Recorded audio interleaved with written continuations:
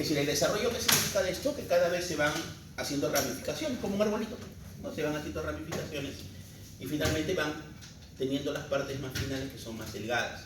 En el asmático, ¿qué sucede? En el asmático hay una resistencia de la vía aérea pequeña.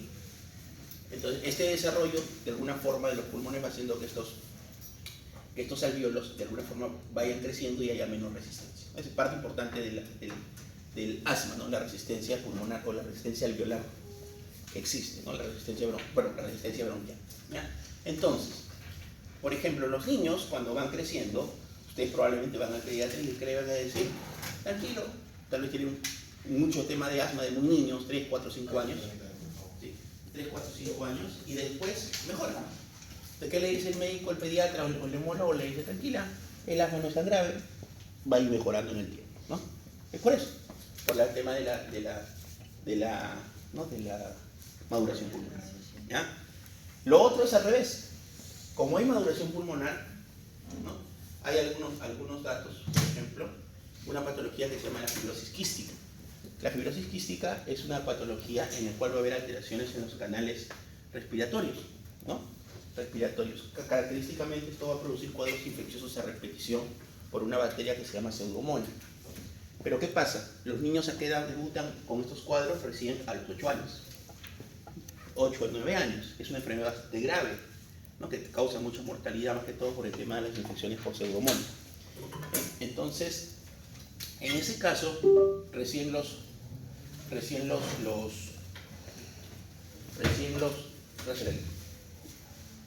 Profe, le he dejado la puerta abierta. Ya. Los sacones. Sí, le pasaremos ahora que la voy a echar. Ya. Tengamos, ya. Chévere. Gracias. Bueno, yo no puedo chicos solo unas imágenes solamente.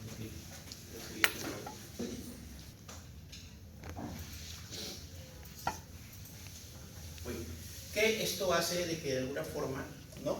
Algunas patologías mejoren respiratorias y otras puedan empeorar, ¿no? O aparecer, como en ese caso la fibrosis quística, ¿ya? Esta etapa pseudoglandular, por ejemplo, dice doctor, y de las 0 a las 6 semanas, eso se llama la etapa embrionaria, ¿ya?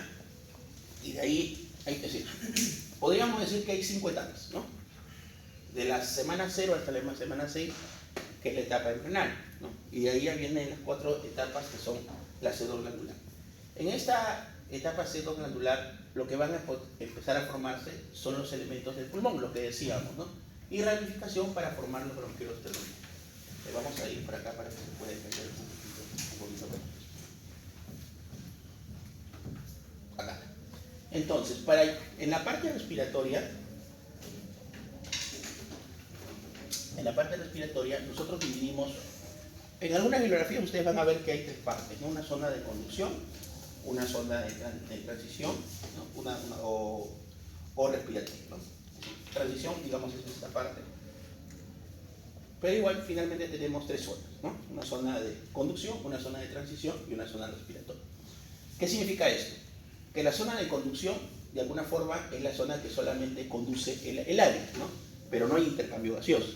Por ejemplo, la tráquea, ¿no? La tráquea solamente conduce aire. Los bronquios solo conducen aire, los bronquiolos solo conducen aire y los bronquiolos terminales solo conducen aire.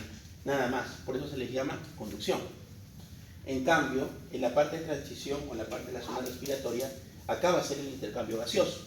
Es decir, esta zona, la parte de los bronquiolos respiratorios, ductos alveolares y sacos alveolares. Esto es importante saber. Muchas veces que les hemos preguntado, indica las estructuras que pertenecen al sistema de conducción.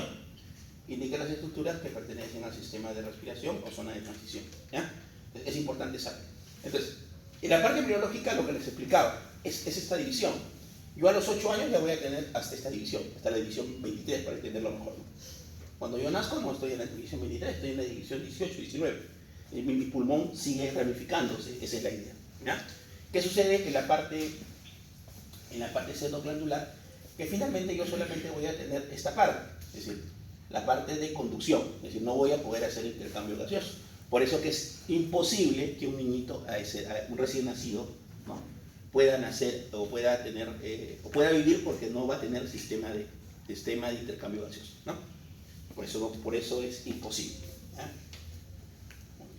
Pero vamos para que la idea era que se entienda un poquito mejor eso. Muy bien. Entonces acá se van a formar radiación para formar los bronquiolos terminales. Los bronquiolos terminales no son intercambio gaseoso, ¿sí? Entonces ahí no, acá no hay intercambio gaseoso. Vamos a poner acá como una X. En cambio, en la fase canalicular, esta fase es muy importante. Y esto empieza a las 16 a 26 semanas.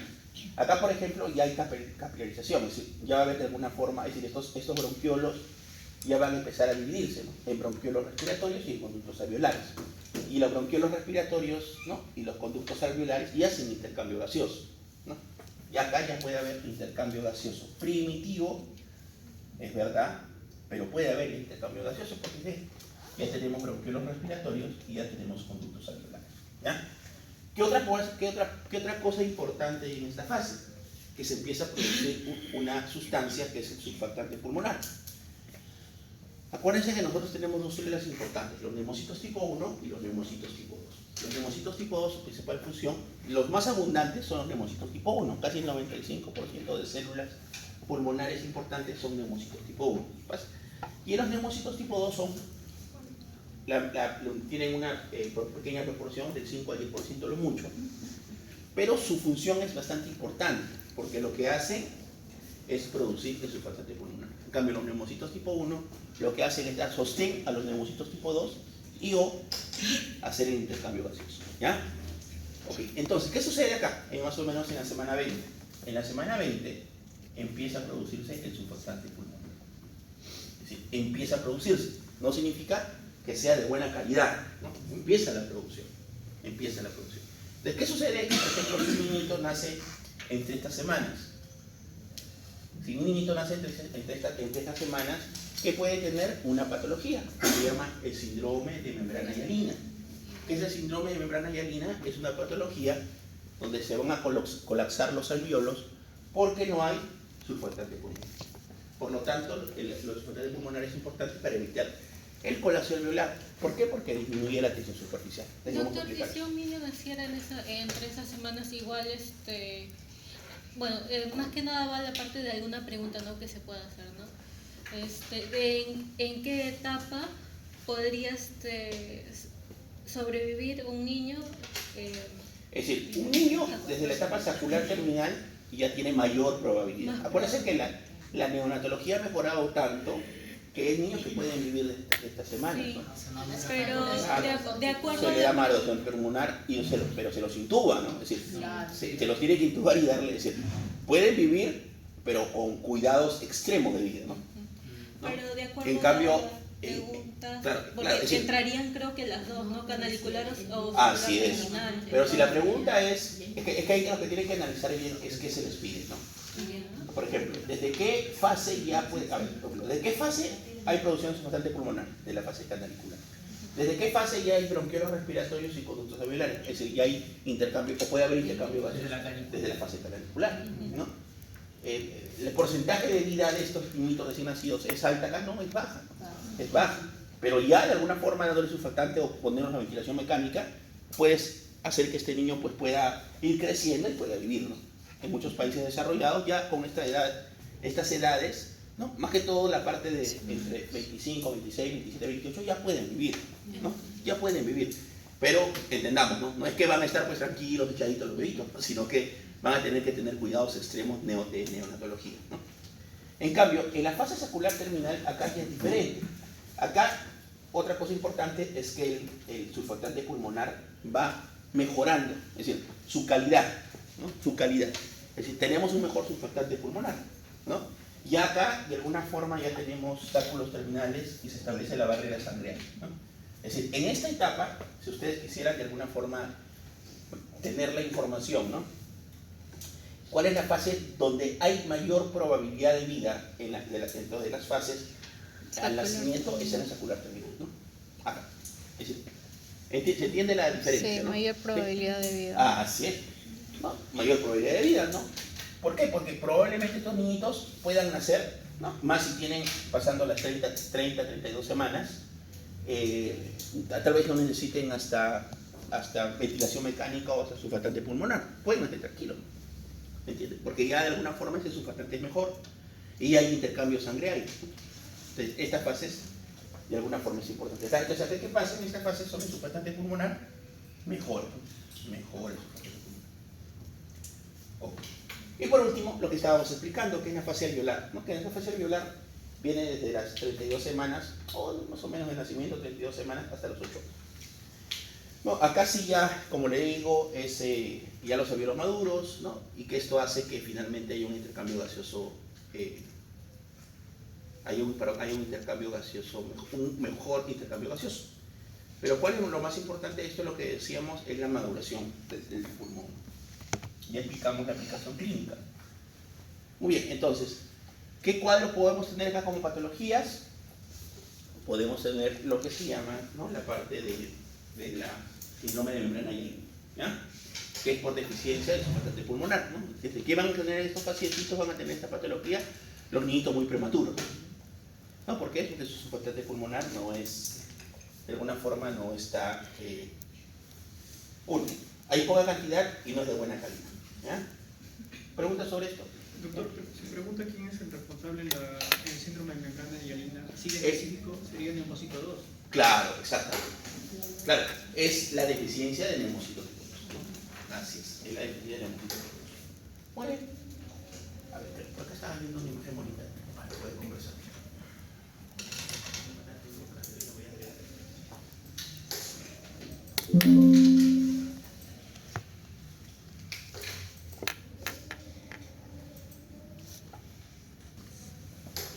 Decíamos, ¿no?, que teníamos el periodo embriogénico, brote pulmonar, que es hasta más o menos las 6 semanas, ¿no? Estamos de acuerdo.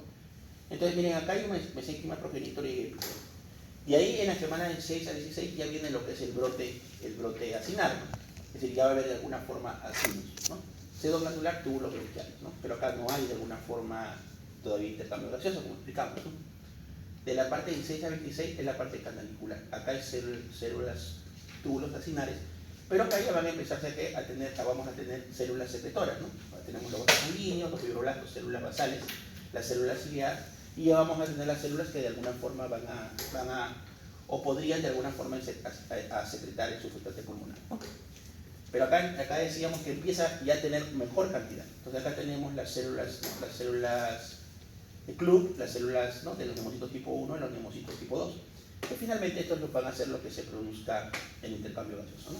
Y esto va a terminar cuando, al nacimiento, no, a los 8. Chicos, es lo mismo, sino que es para que se entienda como una parte evolutiva. Eso sí, tómenme todo, chicos, porque no está en la diapositiva. Ay, lo vuelvo a poner.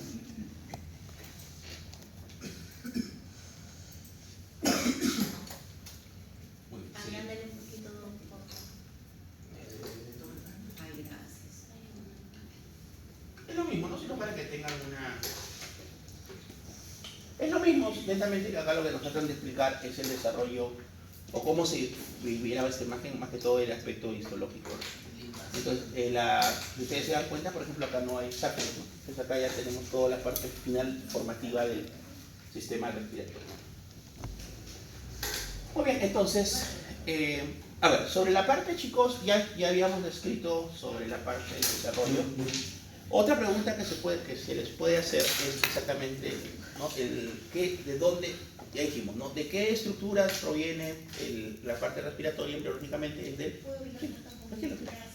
ya dijimos del modelo mesodermo, ¿no? Dijimos que esto es un esbozo pulmonar, pero esto es en forma de una imaginación de la pared ventral del intestino anterior. Acuérdense, cuando hay desarrollo embriológico vamos a tener la pared ventral, ¿no?, o la pared ventral y la pared posterior. Y esta pared ventral del intestino anterior es que finalmente va a dar el esbozo pulmonar, ¿ya? Pero acuérdense, por eso, entiendan bien las preguntas que se les ponen. ¿El desarrollo embriológico proviene de qué etapas? Ya está la respuesta. ¿Qué proviene del mesodermo? ¿Qué proviene del endodermo? ¿Sí? ¿Estamos de acuerdo? Y lo otro es, ¿de dónde se forma, ¿no?, la parte respiratoria? Y ahí ya viene de la parte de la imaginación de la pared ventral. Entonces, este es el punto cero, ¿no, doctor? Claro, exactamente. Esa es la parte del inicio, digamos, ¿no? La parte del inicio, de la parte respiratoria. Muy bien, entonces nosotros, acuérdense, anatómicamente, chicos, tenemos dos pulmones, ¿no? El pulmón izquierdo, que tiene 2 lóbulos y 8 o 10 segmentos, y el pulmón derecho, que tiene 3 lóbulos y 10 segmentos, ¿no? ¿Cuál es la función más importante ¿cuál es la función más importante del pulmón es hacer el intercambio gaseoso, ¿no? Esa es la función más importante. Y en este caso, nuestro músculo más importante es el diafragma. Es el que regula de alguna forma nuestra mecánica respiratoria, así como respiramos. El diafragma es nuestro principal músculo inspiratorio. Entonces, para que de alguna forma aumente la caja torácica en la inspiración, lo que hace nuestro diafragma se contrae, ¿no?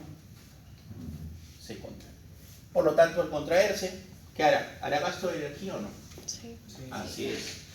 Todo lo que es contracción viene con gasto de energía, ¿no? Gasto en unidades de calcio, ATPases, que es lo que, ¿no? Que ya le hemos estado conversando también en cardiología. Entonces, en resumen, la fase inspiratoria es con gasto de energía, ¿no? En cambio, la fase expiratoria no es con gasto de energía, netamente es un proceso que continúa a la parte inspiratoria, ¿ya?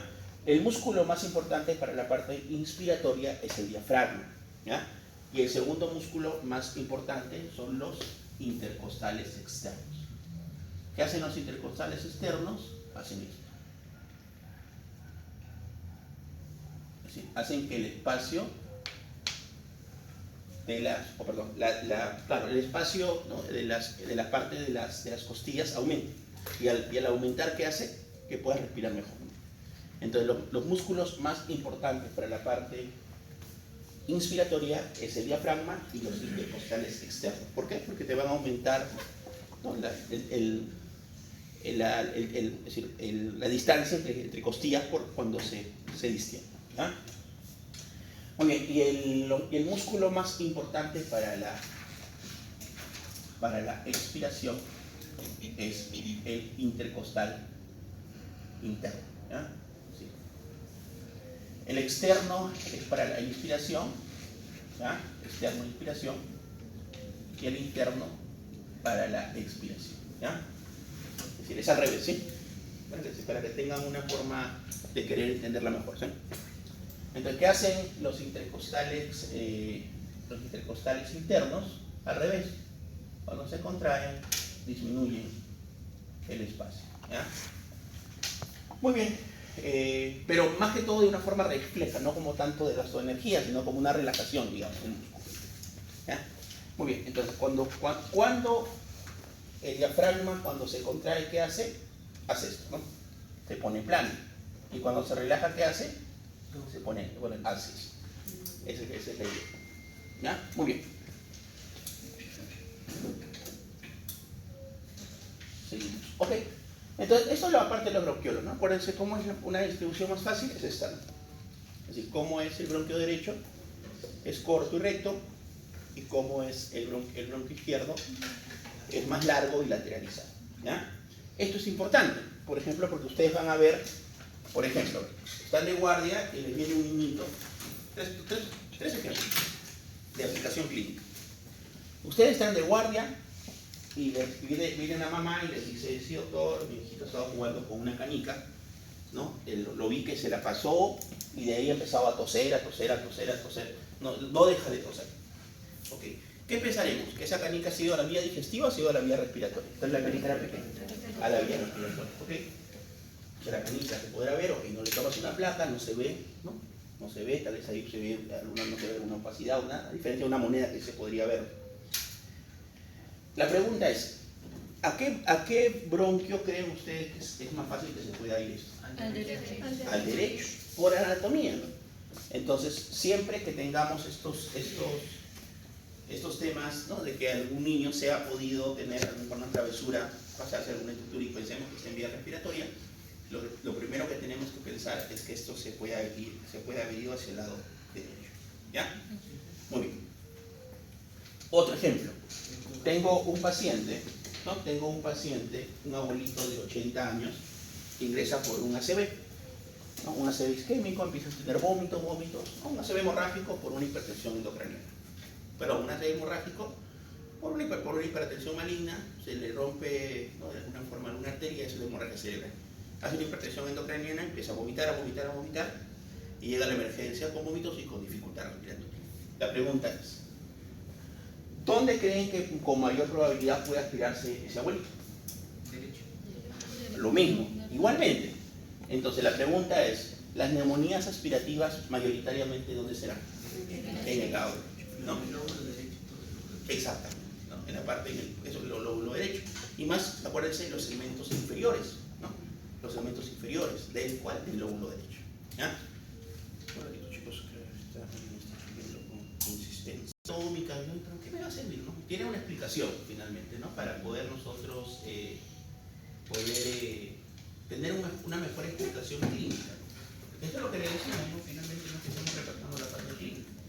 ¿No? Cómo estas cositas finalmente pueden hacer que nosotros entendamos un poco mejor la medicina.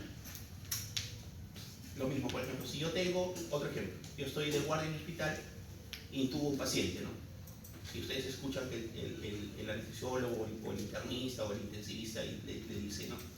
Oye, no pasa el aire en el lado izquierdo, saca un poco el tubo. ¿Qué pasó ahí? Se fue para el... Así es, ¿sí? En una intubación fallida, ¿dónde probablemente creen ustedes que se va a ir el tubo? En una intubación fallida. Uno que se va a ir al esófago, si no intube mal, ¿no? Pero lo otro es que intube bien, pero me pase la cantidad de centímetros que tengo que pasar el tubo y se vaya hacia el lado derecho, ¿no? Y se vaya hacia el lado derecho. Entonces, eso es otra cosa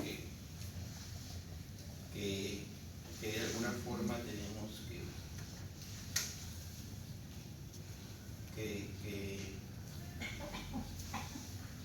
y se saca un poco más el tubo y se vuelve a ver o se revisa el tema de la aspiración. Entonces ahí es importante, por ejemplo, en esos tres ejemplos, esta distribución anatómica, ¿no? de frecuencia, ¿no?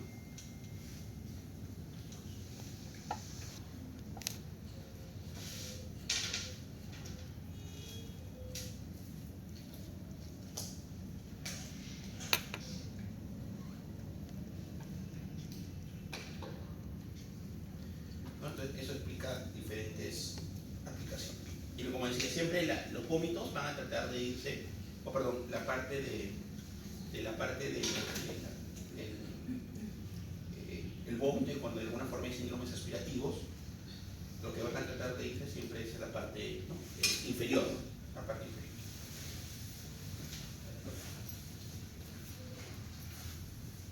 Entonces tiene que tener estos conceptos bastante claros para poder ver si les ponen un caso clínico, ¿no? Y les ponen probablemente dónde o qué, ¿no?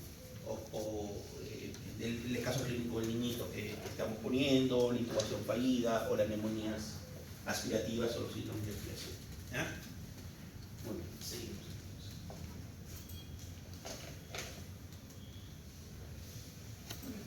Ahí entra a hablar un poco la parte histológica. Entonces, ¿qué decíamos?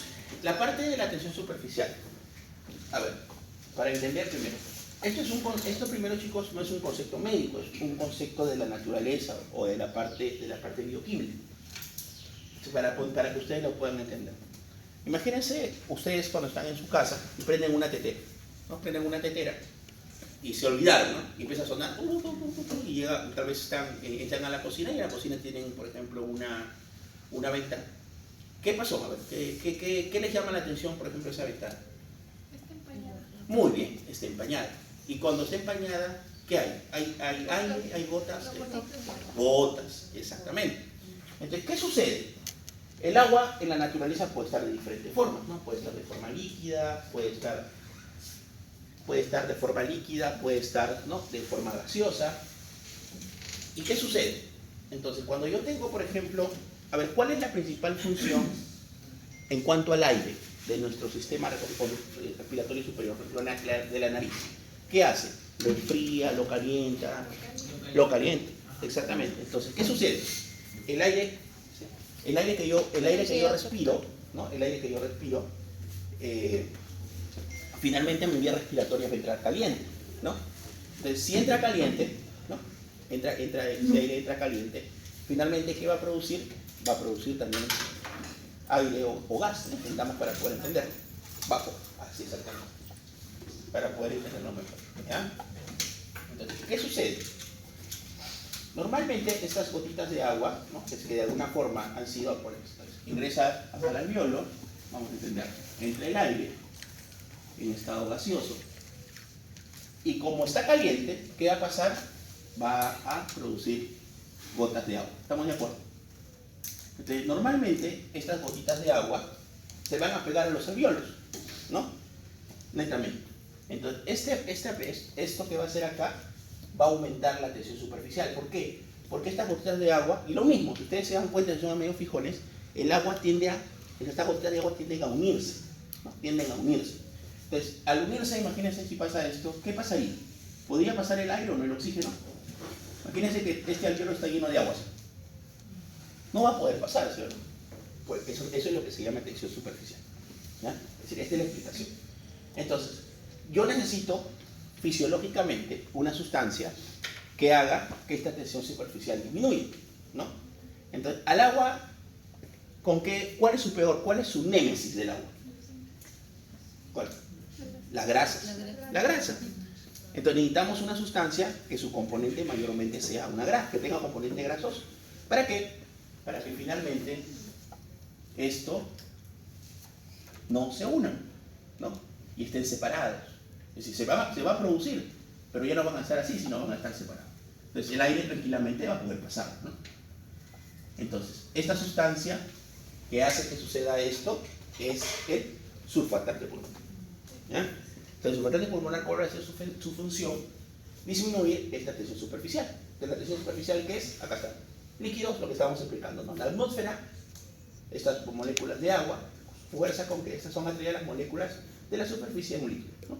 Tienden a unirse, esa es la explicación. Entonces, ¿qué hace el surfactante pulmonar? Evita que se una. Por lo tanto, el aire que va a pasar, va a poder pasar. Pero eso no es el punto más importante, solo del aire, sino que cuando estos se juntan, ¿qué va a pasar al no pasar el aire? Se va a colapsar. Se colapsa el alveolo. Y eso es lo que explicábamos cuando decíamos niñitos, ¿no? Cuando teníamos el síndrome de membrana hialina, ¿qué decíamos? El pulmón se colapsa, ¿no? Cuando no hay surfactante pulmonar. Y es por esto, es por el tema de la tensión superficial. Acá está. Entonces, esta es la parte explicativa. Lo segundo es esto, ¿no? Este es un alveolo colapsado. Entonces, para que de alguna forma, o que depende de alguna forma que se produzca este colapso alveolar, uno son las fuerzas elásticas, ¿no? Que más o menos un tercio depende de la parte de elastina y colágeno, y 2/3 de la tensión superficial líquido-aire, que es lo que hemos explicado, ¿no? Entonces, estas fuerzas finalmente hacen que este alveolo se pueda colapsar. Entonces, si yo disminuyo la tensión superficial y tengo una buena elastina, un buen colágeno, va a hacer que este alveolo no se colapse. Que es lo que yo quiero, ¿no? Finalmente yo quiero que el alveolo esté abierto, ¿sí o no? Para que pueda entrar el aire, ¿ya? ¿De qué dice acá? Las moléculas de agua intentan contraerse intentando impulsar el aire de los alveolos, lo que explicamos, ¿no? Es decir, lo que trata, si yo tengo esto muy pegado, no va a poder entrar el aire, ¿ya? Muy bien, ¿quedó claro, chicos? Eso es lo básico, que se llama tensión superficial. Esta es la parte básica de la fisiología respiratoria. Y esto cuando yo... alguno de ustedes se anime a ser anestesiólogo, se anime a ser intensivista, ¿no? Lo que de alguna forma maneja más ventilación mecánica, son los principios, ¿no? Porque finalmente eso es lo que uno tiene que entender. Muy bien. Si han entendido eso, les va a ser más fácil entender lo que sigue. Si no lo han entendido, tienen que revisar, ¿sí? Pero lo he explicado como para quinto. Muy bien. Entonces, la tensión superficial. La tensión superficial, chicos, va a depender de una ley, ¿no? Que es la ley de Laplace. Acuérdense que la ley de Laplace también lo vimos en cardio. ¿Qué ley regular? La poscarga. Así, acuérdense, sobre presión. 2 tensión, radio. Esa es la fórmula. Entonces, acuérdense, siempre que yo tenga esa fórmula, tengo que analizarla. Entonces, 2T, R. Es decir, la presión es directamente, es 2 veces la tensión y es inversamente proporcional al radio. Es decir, este es lo que yo tengo que recordar, ¿no? Directamente y inversamente proporcional. Entonces, ¿qué pasa? Y acá va la explicación, ¿no? Por ejemplo, de acuerdo a la fórmula. Si yo tengo, por ejemplo, un alveolo grande y tengo un alveolo pequeño, la pregunta es, ¿cuál de estos alveolos tendrá mayor presión? ¿Este alveolo grande o este alveolo pequeño? Pequeño. Acá está, ahí está la respuesta abajo. El pequeño. El pequeño, ¿no? Porque dijimos que la presión es inversamente proporcional al radio, ¿no? Si yo tengo un radio más pequeño, ¿qué va a pasar con la presión? Va a aumentar. Ahí está. Eso es lo primero que tengo que recordar. ¿Ya? Es la forma. Igual que la tensión, ¿no? La tensión sí es directamente proporcional. ¿Ya? Entonces, en este caso, tengo tres componentes, ¿no? Tengo la presión, tengo la tensión superficial y tengo el radio. Esta es la parte excitativa de la parte respiratoria, que es muy parecido, le decíamos, a la parte de la parte cardiológica. ¿Ya? Muy bien. Entonces, la pregunta, acá hay dos preguntas. La primera pregunta es, ¿cuál de estos, lógico, entonces ya llegamos a una primera conclusión, ¿no? Que los alvéolos pequeños tienen mayor presión, ¿no? Entonces, si yo tengo un alvéolo pequeño que tiene mayor presión, vamos a poner un ejemplo. ¿Cuál de estos dos alvéolos creen ustedes que van a necesitar más surfactante pulmonar? ¿El pequeño o el grande?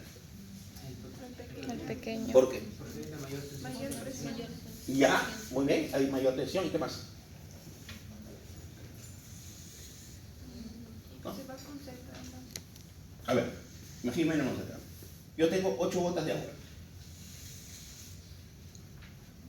También por su radio, ¿verdad? Exactamente, es más que todo por eso. Por el radio. El radio de alguna forma es pequeño. Es decir, si yo tengo 8 gotas acá y tengo 8 gotas acá, ¿dónde van a estar más juntas? ¿Acá o acá? Por tamaño. Acá. Así es. Entonces, ¿qué sucede? Que los alvéolos pequeños de alguna forma tienden a colapsarse más fácilmente. ¿Por qué? Porque de alguna forma tienen mayor tensión superficial, ¿no? Fisiológicamente. Entonces, si nosotros les preguntamos a ustedes, ¿dónde es más importante el surfactante pulmonar? ¿En los alvéolos grandes o en los alvéolos pequeños? Es en los alvéolos pequeños, ¿no? Porque acá yo necesito mayor cantidad de surfactante. ¿Para qué? Para evitar de alguna forma el colapso de este alvéolo, ¿no? Entonces, ¿cuáles son los alvéolos de alguna forma o donde más necesario va a ser el surfactante pulmonar? Va a ser en los alvéolos pequeños. ¿Ya? Ok, ese es otro concepto. Otro concepto. Inspiración, expiración. El alvéolo. Pregunta. ¿En qué fase respiratoria el alvéolo está más extendido? ¿En la fase inspiratoria o en la fase expiratoria? A ver, ¿qué será inspiración o será expiración? Imagínate que este es mi alvéolo. En inspiración. En expiración necesito que mi alvéolo esté distendido para que de alguna forma pueda entrar la mayor cantidad de aire. Entonces acá está más grande, o mayor radio, como queramos decir. Acá está más. Muy bien, entonces, la siguiente pregunta. ¿En qué momento de la respiración creen ustedes que va a ser más importante el surfactante pulmonar? ¿En la parte inspiratoria o en la parte expiratoria? En la parte expiratoria. Llegamos a otras dos conclusiones. Que el surfactante pulmonar es importante, en general para todo, pero estamos diciendo para dónde es más importante, para los alvéolos pequeños. ¿Por qué? Porque tienen, ¿qué dijimos? Mayor presión. Menos radio, tienen menos radio, pero tienen mayor presión, ¿no? Tienen mayor presión. Y en la parte expiratoria, ¿por qué? Porque el alvéolo va a estar más pequeño. Entonces, imagínense, lo mismo, 8 gotas acá, ¿no? Más espacio y 8 gotas acá. Por lo tanto, la siguiente pregunta, ¿no? Entonces, en resumen, el surfactante pulmonar evita el colapso alveolar en la fase inspiratoria o en la fase expiratoria. Expiratoria. Expiratoria, lógico. Expiratoria. Es decir, el surfactante pulmonar es importante para dos estructuras, para los alvéolos pequeños y para el proceso expiratorio. ¿Ya?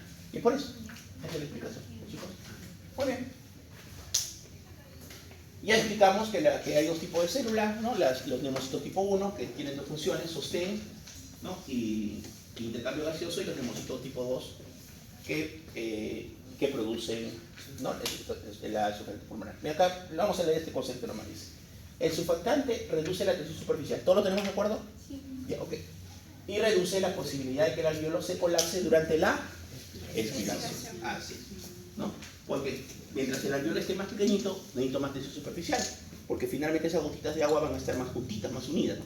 Que un alvéolo grande, ¿no? O un alvéolo en la fase inspiratoria. ¿Ya? Bueno. Ok, entonces, ¿qué decíamos? Que este surfactante pulmonar, acuérdense, si acá hay agua, yo necesito una sustancia que tenga componente lipídico. ¿Para qué? Para que lo que decíamos, ¿no? Némesis, ¿no? Batman y Guasón. Batman y Guasón, así es, la némesis, ¿no? Superman y Lex Luthor, ¿no? Entonces yo necesito que esta sustancia sea más lipídica que líquida, ¿no? Entonces, ¿para qué? Para que de alguna forma también ayude a que no haya ese colapso, ¿sí? Porque esas sustancias finalmente van a rechazarse. Entonces, el componente que es importante, o el componente más importante, es el dipalmil toilfosfatidilcolina, ¿no? Que es el 50% de todo el surfactante pulmonar, ¿ya? Y el segundo más importante es esto, que es la fosfatidilcolina insaturable, 17%. Doctor, una pregunta. Si nos llegaran a preguntar eso, ¿ponemos las siglas o el nombre completo? Mejor el nombre completo. Las siglas, doctor. Por favor. Igual lo podemos validar, pero traten de aprender su nombre completo. Ok, entonces, esto es importante. Entonces, si yo les digo cuál es el principal componente, no, son fosfolípidos, ¿no? Son fosfolípidos. Es decir, este componente son fosfolípidos, ¿no? Pero acuérdense, lípidos. Eso es lo que me interesa, ¿no? Para que de alguna forma entiendan ustedes esa función que van a tener de rechazo, de evitar o disminuir la tensión superficial, ¿ya? Esto ya lo explicamos, ¿no? Es decir, en cuanto a la parte de conducción y a la parte de transición. Ok, está bien. Muy bien. Entonces, ¿qué es importante, chicos, para revisar lo que hemos revisado hasta ahora? La parte embriológica, surfactante pulmonar, neumocito tipo 1, neumocito tipo 2, tensión superficial, surfactante pulmonar componentes, ¿ya? Eso es lo importante que hemos revisado, ¿ya? Vamos a continuar entonces con la Jennifer y el doctor Silva, que nos van a explicar. Jennifer nos va a hablar un poquito de la parte histológica.